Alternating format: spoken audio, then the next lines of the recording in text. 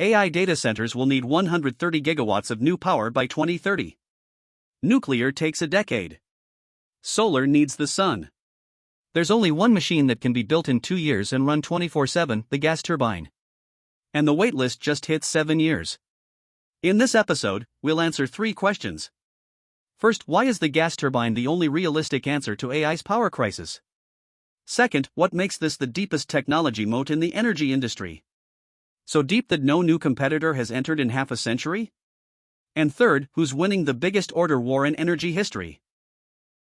Here's the math that keeps utility executives awake at night. US data center power demand is projected to hit 76 gigawatts this year. By 2030, that number nearly doubles to 134 gigawatts. Goldman Sachs says global data center power demand will surge 165% by the end of the decade. Now here's the part nobody talks about. Nuclear plants take 10 to 15 years to permit and build. Wind and solar are intermittent, they need the sun to shine and the wind to blow. And they require massive grid upgrades. The Department of Energy estimates $720 billion in grid spending just to keep up. The gas turbine is the only proven technology that can deliver gigawatt scale 24/7 baseload power and be operational in 2 to 3 years. That's why every major utility and tech company in the world is scrambling to order them right now. And that's why the wait time for a new heavy frame gas turbine has stretched from 2.5 years to 7. But why can't someone just build a new factory and cash in? Let me explain why no new company has entered this market in 50 years. Inside every modern gas turbine, fuel burns at temperatures exceeding 1,600 degrees Celsius. That's hotter than lava, and above the melting point of the blade material itself. The blade survives because of 3 layers of engineering that took decades to perfect. First, single crystal superalloys. Each turbine blade is grown as one continuous metal crystal, eliminating the grain boundaries that cause cracking under extreme heat. Second, thermal barrier coatings. Ceramic layers just microns thick that reduce blade surface temperature by 150 to 200 degrees. Third, internal cooling channels. Microscopic passages machined inside each blade that circulate compressed air through the hottest part of the engine. This isn't something you can reverse engineer from a blueprint. It takes 40 years of metallurgical data, billions in R&D, and thousands of hours of live testing. That's the moat. Today, the global heavy-duty gas turbine market is controlled by just 3 companies and a fast-moving fourth. GE Vernova dominates with roughly 35 to 40% of the advanced class market. Mitsubishi Power is a close second, they actually held the number 1 spot in 2022 and 2023, capturing 56% of the advanced class segment with their JAC turbines. Siemens Energy rounds out the top 3 with its hydrogen-ready HL class machines. And then there's Baker Hughes, further back in heavy frame, but making a striking data center pivot. They went from 0 data center turbine orders in 2024 to $1 billion in 2025. That's a signal worth watching. Let me put the financials side by side. GE Vernova posted $35 billion in revenue on $44 billion in orders in 2024. Its gas turbine backlog has exploded to 100 gigawatts, enough to power all of Germany. The stock is up over 700% since its April 2024 spin-off. Market cap, $267 billion. Siemens Energy reported €34.5 billion in revenue, with gas services orders surging 28% to €16.4 billion. They nearly doubled gas turbine unit sales, from 100 to 194 in a single year. Mitsubishi Heavy Industries generated 5 trillion yen in revenue, booking 25 large frame turbines in fiscal 2024, with another 23 in just the first half of fiscal 2025. Baker Hughes's industrial segment booked $3.8 billion in Q4 alone. And their data center pipeline is just getting started. GE Vernova is the undisputed king of this market, and the numbers prove it. Since spinning off from General Electric in April 2024 at $140 per share, the stock has exploded past $1,100, a 700% gain in 2 years. Market cap, $267 billion. It's one of the most successful corporate spin-offs in history. The crown jewel is the 9HAH class, the most efficient gas turbine ever built, with combined cycle efficiency exceeding 64%. That means it converts nearly 2/3 of every unit of fuel into electricity. But the real story is the backlog. Gas turbine reservations hit 100 gigawatts in Q1 2026, up from 83 gigawatts just 3 months earlier. They're producing at an annualized rate of 20 gigawatts and plan to reach 24 gigawatts by mid-2028. Even at full production, it would take over 4 years to clear the current backlog. And new orders keep coming faster than they can build.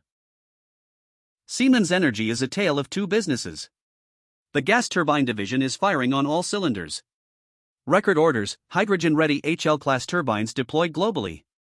And a $1.5 billion deal in Saudi Arabia. Gas services orders surged 28% year-over-year. But the wind turbine subsidiary, Siemens Gamesa, has been a disaster.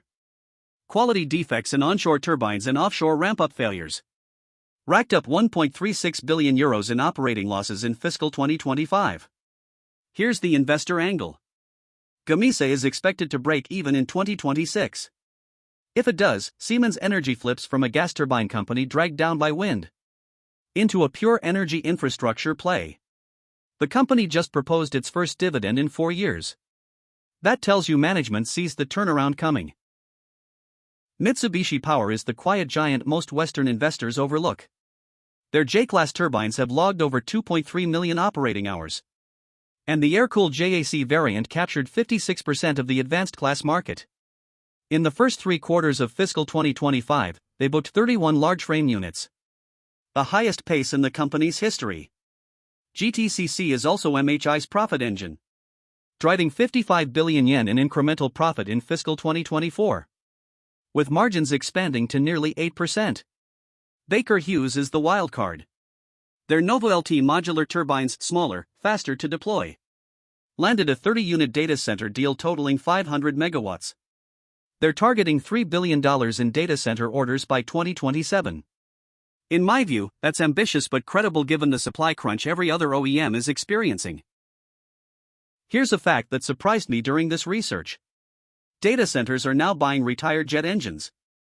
Actual aircraft engines pulled off Boeing 767s and bolting them onto trailers to generate electricity.